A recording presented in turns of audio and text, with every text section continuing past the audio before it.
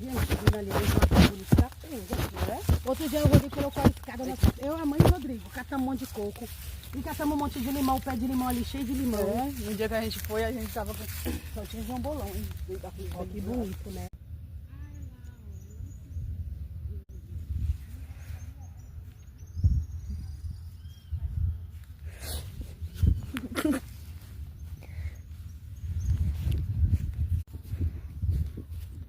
Que é isso, gente?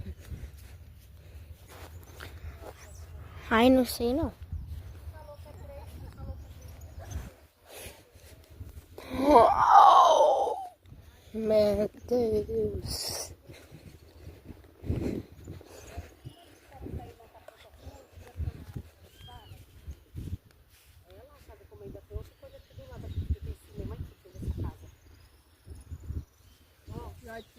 Lá embaixo.